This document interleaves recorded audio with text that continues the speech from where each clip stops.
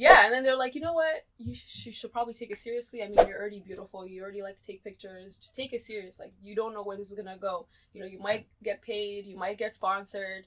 You might become big, and this might be your chance to really, skyrocket or whatever. Yeah. I didn't take it seriously at first. I'm like, you guys really think I should do it? Mm-hmm. They're like, yeah, do it. I'm like, okay. So I took my page off of private, went on public for like maybe a week or so.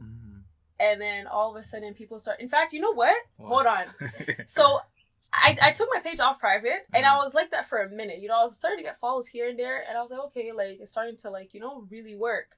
But I didn't know that this whole entire time, this was like weeks after, that I was already popping on Twitter. And at that time, I didn't even have Twitter. I closed my account. So you had no idea I had no idea I was booming on Twitter. Like, people are already making fake pages.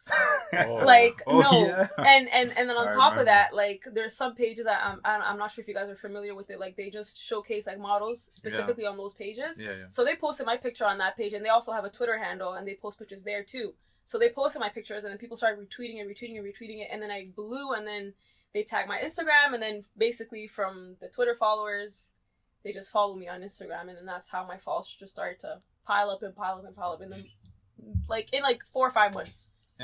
That's crazy. Yeah, and then after that, I started to get a lot of like message requests, like a lot of DMs, a lot of people like reposting my pictures, a lot of fake accounts, a lot of like it was happening so quick. I didn't know how to handle it, and like I don't know.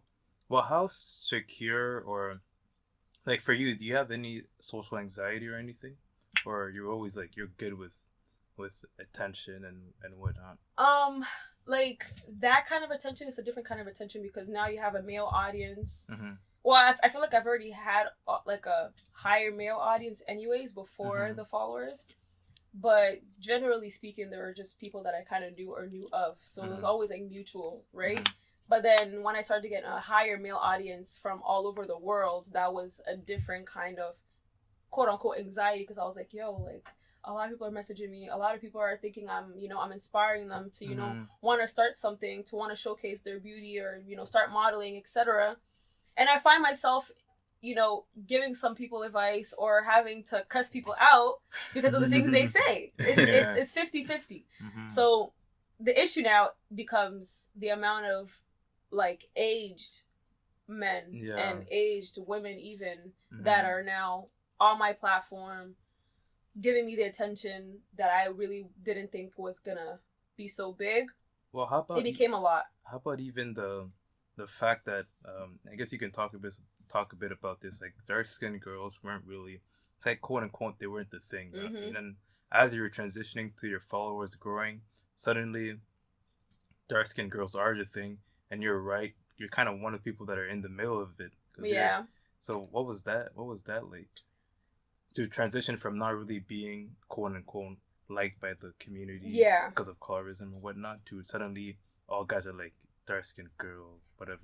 The vibe that I got from then and then now, or at least then when I was still really like booming, like I felt like guys did like dark skinned girls. It's just they never wanted to showcase it publicly. Okay. So they would want to DM you. They would want to, message you here and there, like, let me holler at you. They would want to holler at you in secret. But in public, they wouldn't want to do that because it just creates this perception that, we are beautiful, or we are getting attention, and etc. And at the time, it was the light-skinned women, it was the white women, it was the Caucasian. I mean, Latina, all these other different races that were getting most of the attention, especially models. For one, I felt like I was really, really young that time. I think I was 19.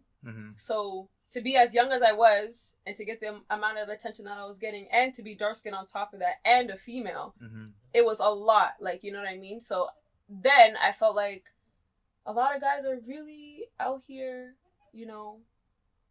supporting the movement. Like, they're really liking dark skins. They're really, like... Was that genuine for you? No, I felt like it was half and half. Okay. Some was genuine. And others was just because obviously the content that I post, it doesn't matter if you're dark skinned, white, doesn't matter which race. If you're really modeling in a very provocative way, you're going to get the attention. Doesn't matter. So there's a very interesting stories. You guys probably don't know this, but we talked about this one and never talked about it again. It was the actor from Empire. I'm not gonna say their name. Oh, who? Okay, we're not gonna say who it was, but an actor from the hit show Empire messaged you. What was? Yeah. What was that like? Yo, but he's not the only one. Like, yeah. There's some. Oh, he's not the only like celeb status guy. No, I could probably count on one hand or maybe one or two hands. And I'm guessing you don't want to say names. I don't, because people will think I'm lying, but I'm really not, which is the funny thing, because every time I get those crazy type of messages, at least for the people that are close to me, I'll show them and they'll vouch for me. They'll know that I'm not, saying anything crazy. But yeah, an actor from Empire messaged me and it was so weird. Like, I was like, what? Like, this has to be a fake account. Yeah, I watched the show. And all I'm gonna say is that he's a very popular character on the show. So he's like one of the main characters. Oh, so he messaged me. It's not Jesse Smollett. Well, y'all know he doesn't swing my way anyways. Yeah, so. He doesn't swing, first of all. But yeah, like, that's all we're going to say for now. But he messaged me and he was like, so can I get your number? And I was like, wait, this has to be a fake account. Because for one, he's famous, but he doesn't have a generally large audience, like million followers. He's like in the, 100,000, like between 500,000 and a million followers. Yeah.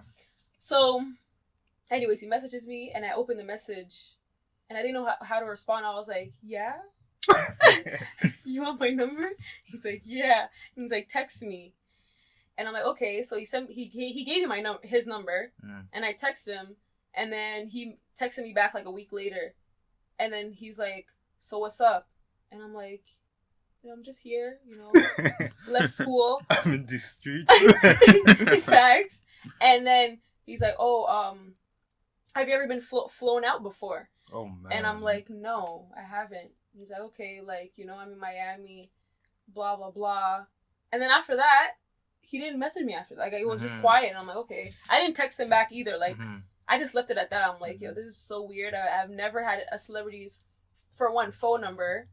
And to be texting back and forth, it was a big deal. But, boy, like, I had to step up my game in terms of how, I wouldn't say rude, but how on guard I had to be. Because even if I was receiving some level of support, I was still getting a lot of backlash. Like, for one, a lot of people